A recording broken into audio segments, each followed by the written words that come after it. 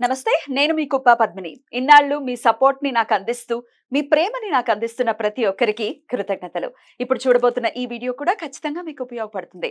Like, share and subscribe చేసి మీ ఇష్టాన్ని అలాగే మీ సపోర్ట్ ని నాకు అందించండి. అలాగే ఈ వీడియో పట్ల మీ అభిప్రాయాన్ని కమెంట్ సెక్షన్ లో కమెంట్ చేసి నాకు తెలియజేయండి. నమస్తే.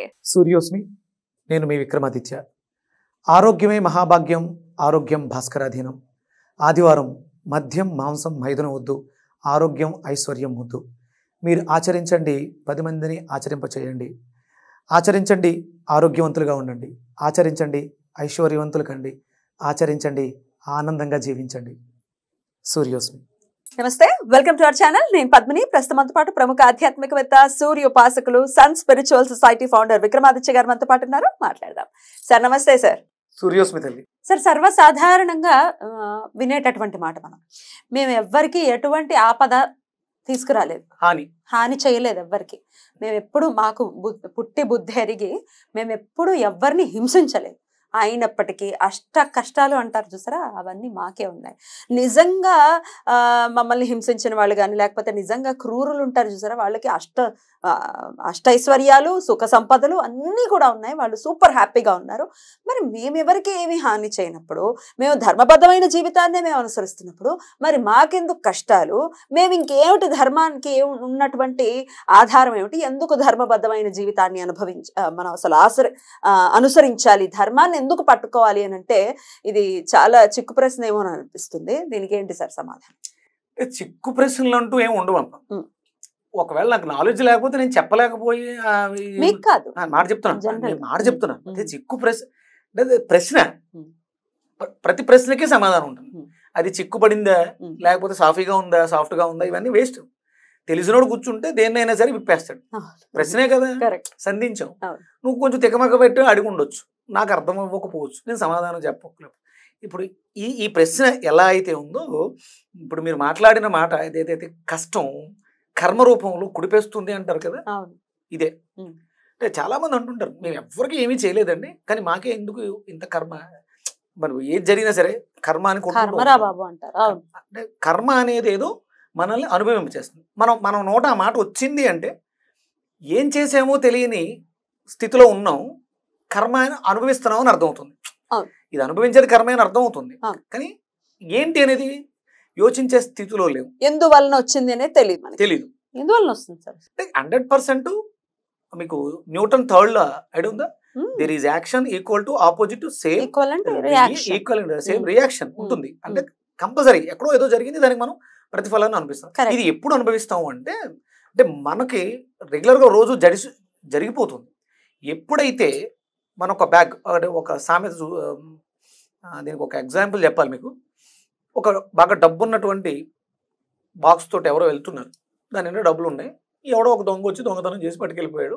దాన్ని అతను ఇష్టానుసారం ఖర్చుకున్నాడు. ఈ పోయిందని బాధపడుతున్నాడు, ఇంకోటి ఏదో చేసుకున్నాడు, వదిలేద్దాం. ఇతను బాధపడుతున్నాడు. ఇప్పుడు ఇతను బలహీనమైనటువంటి క్షణంలో ఉన్నాడు. అంటే ఇప్పుడు తప్పు ఎవరు చేశారు ఇక్కడ? దొంగ చేశాడు. దొంగ తప్పు చేశాడు, వెళ్ళిపోయాడు. ఆడు శుభ్రంగా ఆ డబ్బు ఉన్నంత వరకు హ్యాపీగా ఖర్చు పెట్టేస్తాడు, సంథింగ్ ఏదో చేసేస్తాడు. మరి వీడెప్పుడు ఈ కర్మను అనుభవిస్తాడు? వీడికి ఎప్పుడో ఒక బలహీనటువంటి క్షణం వస్తుంది. అంటే అన్నీ కోల్పోయి ఎప్పుడో వచ్చినప్పుడు దీని తాలూకు రిఫ్లెక్షన్ వాడు అనుభవిస్తాడు. అంటే ఇప్పుడు మరి ఇతను ఏం చేశాడు? మరి ఇతను ఏం తప్పు చేశాడు? ఇతను కూడా ఇంతకు ముందు ఎక్కడో దీనికి సంబంధించి ఇదే కావక్కర్లా, ఇది సైకిల్, అంతే. సైకిల్ ఏదైతే చేస్తామో అది మనం అనుభవిస్తాం. ఇది ప్రధానమైనటువంటిది. ఇక్కడ మనం అంటే కర్మ ఎప్పుడూ కూడా మారుతూ ఉంటుంది. ఇప్పుడు ఆ డబ్బు పట్టుకెళ్ళడం ద్వారా అతను ఇంకోటి ఏదో చేయబోతున్నాడు. ఆ డబ్బుని పట్టుకెళ్ళడం ద్వారా అతను ఇంకోటి ఏదో చేయబోతున్నాడు. అంటే పరిణామం మారబోతూ ఉన్న సమయంలో దీన్ని అతను తస్కరించాడు. ఒకవేళ దానివల్ల మంచి జరగాల్సిన పరిస్థితి మారింది. ఈ పట్టుకెళ్ళిన డబ్బుతో ఒక 100 మందికి ఏదో చేద్దాం మంచి అనుకున్నాడు. ఆ మంచిని వాళ్ళు మిస్ అయ్యారు, వాళ్ళకి అది పొందకుండా చేశాడు. అప్పుడు ఇక్కడ కేవలం ఇతను దొంగలించింది దొంగతనమే కదా. దీనికి అద్భుతమైనటువంటి ఎగ్జాంపుల్ ఏం చెప్పారంటే, అంటే కౌరవులు 100 మంది ఒకేసారి చనిపోయారు అనే మాట వినాలి అంటే ఆ తండ్రి ఎంత క్షోభ చేసి ఉండాలి. అంటే ఇలాంటివి ఎన్నో చేస్తే ఆ 100 కూడా కూడిన తర్వాత 100 మంది పుత్రులుగా వచ్చి, ఇప్పుడు ఒక మనిషిని చంపితే ఉరిశిక్ష వేస్తారు, 2 చంపితే ఉరిశిక్ష వేస్తారు, 3 చంపితే ఉరిశిక్షే. 100 సార్లు ఉరేయడానికి అవకాశం లేదు కదా. అంటే ఇలాంటి ఎన్ని తప్పులో చేస్తే 100 మంది పుత్రులాగా రావాల్సి వచ్చింది. అంటే అప్పటి వరకు ఆ జన్మ తీసుకోవడం ఆగింది. 100 మంది పుట్టిన తర్వాత యుద్ధంలో 100 మంది ఒకేసారి చనిపోవడం, ఆ క్షోభని అనుభవించాల్సి వచ్చింది. అంటే ప్రతిదీ కూడా కౌంట్ అయి పక్కన ఉంటుంది. ఇక్కడ అంతా కూడా జీవ పరిణామ క్రియ. మీరు అన్నారు మేము ఎవరికి ఏమీ హాని చేయలేదు మాకు తెలిసి. అంటే ఒక్కొక్క దానికి తీసుకుందాం. నేను కొంచెం శాకాహారంలో ఉంటాను కాబట్టి చాలా మంది మాంసాహారం విపరీతంగా మాంసాన్ని తింటూ ఉంటారు. అది జీవహింస మహానేరం అని చెప్పేసి శాస్త్రం చెప్తూ ఉంటుంది. ఆ జీవి, ఆ కోడి, ఆ మేక ఏదైతే ఉందో అది నెక్స్ట్ ఇన్కార్నేషన్ పరిణామ క్రియలు ఎక్కడికో వెళ్ళాలి. దాన్ని ఇక్కడ ఆపేసావు, దాన్ని వధించవు, దాన్ని తీసుకొచ్చి శుభ్రంగా వాడు చేసినవాడు ఆడు అమ్ముకున్నాడు, దాన్ని నువ్వు తిన్నావు. ఇక మేమేమి పాపాలు చేయలేదు, మేము కర్మ అనిపిస్తున్నాం అంటే దాని కర్మ ఎవరు మోయాలి? దాని కర్మను ఎవరైతే తింటారో వాళ్ళు మోస్తారా? మొయ్యాలిగా. ఇప్పుడు ఆ మేక ఇంకొక ఎప్పుడో 7-8 సంవత్సరాలు బ్రతికి ఏదో అనారోగ్యంతో ఆ జీవిని విడిచిపెట్టాలి. ఇప్పుడు మధ్యలో దాన్ని ఆపావు, జీవ పరిణామ క్రియ మరి ఎవరు చేస్తారు? నువ్వేం అక్కర్లేదు, మేము అంటే ఆ 20 కేజీలు 30 కేజీలు 40 కేజీల వెయిట్ని మాకు ఇచ్చేయమ్మా, నువ్వు నెక్స్ట్ ఇన్కార్నేషన్కి వెళ్ళిపోని పంపించినప్పుడు ఇది అప్పుడు బోల్డ్ అని కోళ్ళు, బోల్డ్ అని మేకలు, ప్రతి ఆదివారం అద్భుతంగా జరుగుతున్నటువంటి వధ. ఇప్పుడు మీరు వెజిటేరియన్, నేను వెజిటేరియన్, మరి మనం తినట్లేదు, మరి మనకు కూడా ఉన్నాయి కదా కష్టాలు, మనకెందుకు వస్తున్నాయి? అమ్మ అదే ఇప్పుడు నేను 2017 వరకు తిన్నాను, తెలుసో తెలియకో తిన్నాం కదా, దానివల్ల వచ్చింది. అంటే మీరేం చేశారు అంటే కేవలం ఒక ఇదనే కాదు ఇంకేం క్యారీ చేస్తాము అనేది ఇక్కడ ప్రశ్న. కర్మలు మనం చూపులతో కర్మలు చేస్తాము, చెవులతో చేస్తాము, వాక్కుతో చేస్తాం. అంటే మనం దేంతో అయితే చేసామో దానికి సంబంధించి ఆ బలహీన క్షణాలు, అంటే మీరు ఎక్కువ ఇబ్బందులు పడుతూ ఉన్నారా? మిమ్మల్ని ఎక్కువ అనారోగ్య సమస్యలు వేధిస్తూ ఉన్నాయా? మీ వెహికల్ వెళ్తూ సడన్ గా ఎక్కడైనా ఇబ్బంది పెట్టేస్తుందా? లేదండి. చూడండి, అంటే ఎవరికి అలా రావు. అంటే బాగున్నాం, సంతోషం, భగవంతుడు జ్ఞానాన్ని ఇచ్చాడు, ఎంత ఉందో దాంతో అయితే సంతృప్తికరంగానే జీవితం ఉంది. అది చాలంటారా? అది చాలు. తృప్తి పడకుండా అత్యాశకు పోతే ఇబ్బంది పడతాం.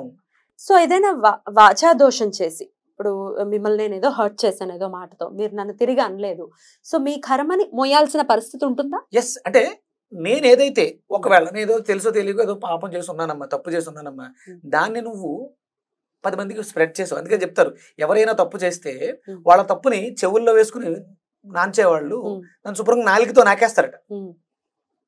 ఒక అమ్మాయి ఏదో తప్పు చేసింది, ఈ అమ్మాయి రే అది ఎలాంటిదా ఇలాంటిదా అని చెప్పుకుంటారు చెవుల్లో, ఈడు నాలికతో నాకేసి ఆడు చెవులో పెడతాడు, మళ్ళీ ఈడు దాన్ని నాలికతో నాకేస్తుంటారు. ఇక్కడ కర్మ అంతా వీళ్ళు తీసేసారు.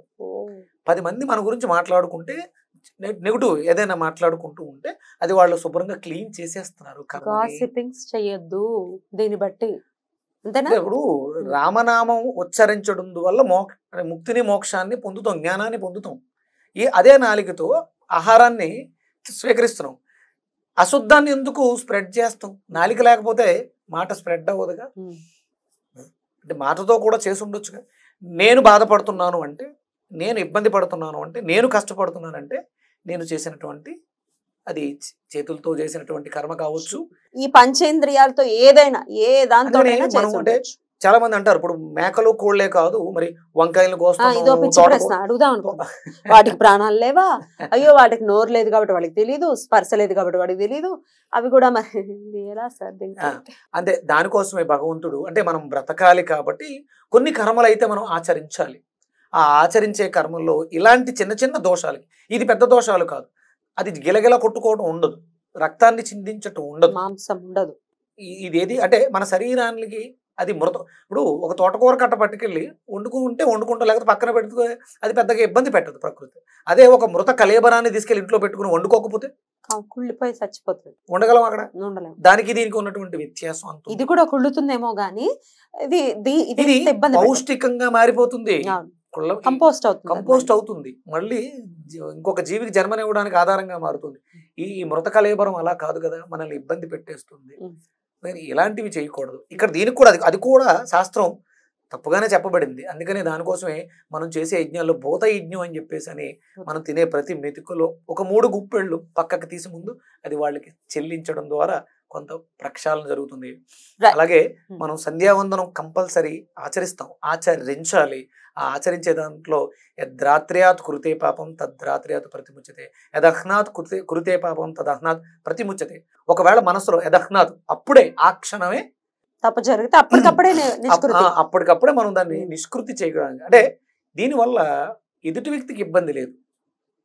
ఎదుటి వ్యక్తి ఇబ్బంది పడితే ఈ మంత్రం చదివేస్తే పోద్దా? పోదు. ఎందుకంటే అతను మనిషిని బాధ పెట్టాం.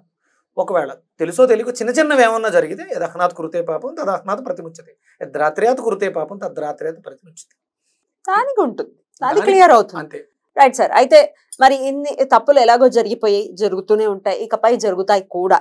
క్షమార్పణ చెప్పే విధానం ఏదైనా ఉందా, చెప్తారా? అద్భుతంగా వేద పఠనం జరుగుతున్నటువంటి ప్రాంతాల్లో సంచరించడం, వేదాలు నేర్చుకున్నటువంటి సత్పురుషులు బ్రాహ్మణులు ఎవరైతే ఉంటారో వాళ్ళ దగ్గరికి వెళ్ళి వాళ్ళ ఆశీర్వాదం తీసుకోవటం, చిన్న పెద్ద శ్లోకాలు వినటం, వేదాన్ని అనుకోవటం, తెలుసుకోవాలనుకోవడమే దీనికి నిష్కృతి. ఎందుకంటే వేదవాంగ్మయంలో ఇవన్నీ ఉన్నాయి. మనం ఏమేం కర్మలు చేస్తాము, కర్మలకి ప్రక్షాళన ఏంటి, చిన్న చిన్న మంత్రాలు, అద్భుతమైనటువంటి మంత్రాలు. అంటే సాధించాలి. ఊరికే మన శరీరం ఉంది, శ్రీ విద్యా ఉపాసన ఉంది, శ్రీ విద్యా ఉపాసనలో నీకు మోక్షం ఉండదు. ఆవిడ మూడు ఫలితాలను ఇస్తుంది మనకేంటి, ధర్మము, అర్థము, కామ్యము. అంటే భగవంతుడు ఆరాధన ఎందుకు చేస్తామంటే మోక్షం కోసం చేస్తాం. ధర్మ, అర్థ, కామ్య, మోక్షాలు. శ్రీ విద్యలో ధర్మము, అర్థము, కామ్యము కోరికలు కూడా నెరవేర్చేసుకోవచ్చు. ధర్మబద్ధంగా, అర్థబద్ధంగా. అంటే అర్థం అంటే సంపదలతో కోరికలన్నీ నెరవేర్చుకో, హ్యాపీగా ఉండు. అప్పుడు తర్వాత మోక్షం గురించి ఆలోచించు. అంటే భగవంతుని శరణం వేడుకోవడం, అంటే వేద ప్రమాణమైనటువంటి మంత్రాలని వినడం ద్వారా కానీ పఠించడం ద్వారా కానీ మనకి అద్భుతమైనటువంటి ముక్తి, మోక్షం లభిస్తుంది. ఈ పాపాల నుంచి కూడా బయటపడేటటువంటి జ్ఞానం వచ్చేసింది, నేర్చుకుంటున్నారు కూడా. చెప్తారుగా, వెయిట్ చేస్తూ ఉంటాం. Thank you so very much sir. నమస్తే.